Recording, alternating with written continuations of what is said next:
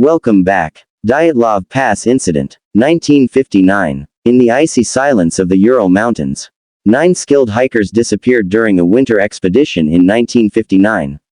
Days later, rescuers discovered their campsite. Tents torn open from the inside, bodies scattered in the snow, and fear frozen on their faces. Some had broken bones, some were half-dressed, and others had strange radiation burns. No footprints, no wild animal tracks, only mystery. What really happened that night? Why did they flee barefoot into the darkness? This is the story of the Dyatlov Pass Incident, a mystery that even after 60 years refuses to die. If this story gave you chills, don't forget to like, share, and subscribe, because many more mysteries await you in the dark corners of history. Who knows, the next mystery might be even closer than you think. Part 1. The journey began. In late January 1959, 9 friends from the Ural Polytechnic Institute decided to challenge one of Russia's toughest mountains, Kholat-Syakhl, known by locals as the Mountain of the Dead. They were led by Igor Dyatlov, a 23-year-old engineering student, confident, skilled, and admired by his team. With him were 8 others, all young, experienced hikers, full of spirit and excitement for the adventure ahead. They packed their sleds, cameras, and journals, ready to face the frozen wilderness. As they began their journey, laughter echoed through the cold wind, none of them knowing that this would be their final expedition. They kept detailed notes in their diaries, capturing smiles, jokes, and frozen sunsets. Their photographs, still found today, show them building snow shelters, singing songs, and waving at the camera. Everything seemed normal, until they reached the slopes of Kholat-Syakhl. That's where the story began to change. Part 2. The storm and the last night. As February approached, the weather turned harsh. The once calm sky was now filled with dark, heavy clouds. Winds howled across the mountains, freezing, merciless, and wild. The hikers reached the slopes of Kholat-Syakhl but made a wrong turn because of the blinding snowstorm. They lost their direction and ended up setting camp on the open slope of the mountain, a strange decision for such experienced hikers. That night, temperatures dropped to -25 degrees Celsius. Still, they pitched their tent, cooked a small meal, and tried to rest. Inside the tent, they laughed softly, writing their last words in diaries. Then, something happened. No one knows what, but within hours, the peaceful night turned into terror. The next morning, rescuers would find the tent cut open from the inside. As if the hikers had escaped in panic, barefoot, half-dressed, in freezing snow. What could make 9 trained hikers run into the cold darkness like that? No one had an answer, only fear, and a trail of mystery left behind in the snow. Part 3. The search and the discovery.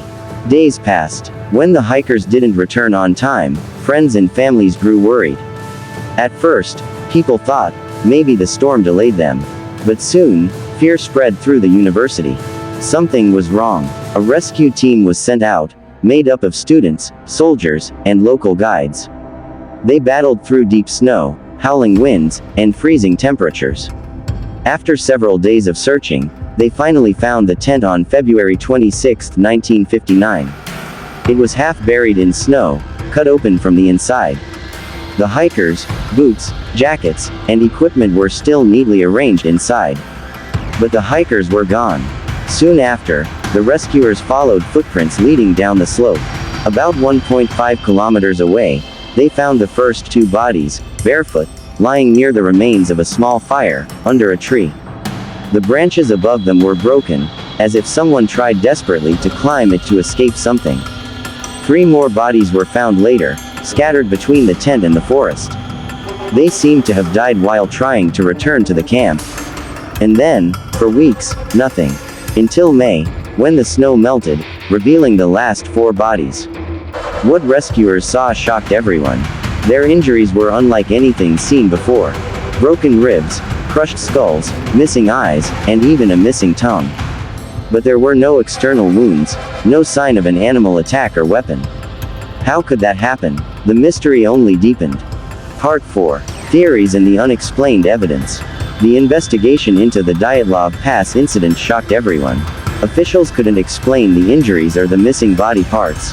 Their clothes contained high levels of radiation, and their skin looked strangely tanned, almost like mild burns.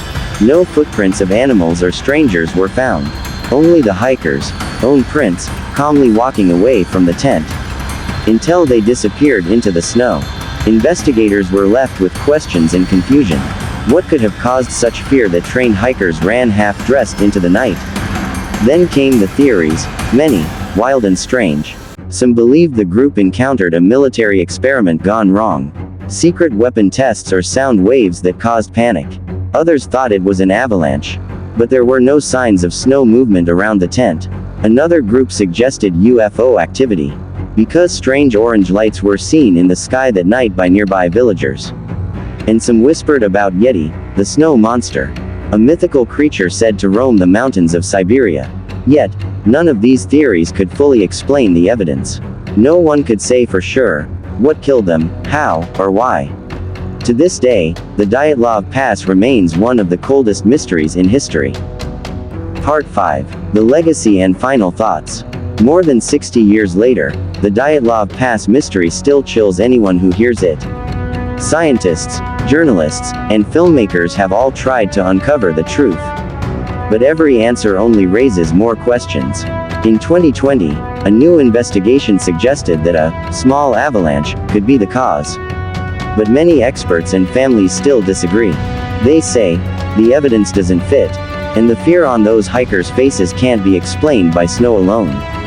Today, the Dyatlov Pass stands silent, a frozen memorial to 9 young souls who vanished into mystery. Visitors still climb the trail, leaving flowers, notes, and photos. As if hoping to whisper, we still remember you. Their tents, their cameras, their last steps. All frozen in time, like echoes in the snow. Maybe someday the truth will come out. Or maybe, it's one of those secrets the mountain will never reveal. If this story gave you chills, don't forget to like, share, and subscribe. Because many more mysteries await you in the dark corners of history. Who knows, the next mystery might be even closer than you think.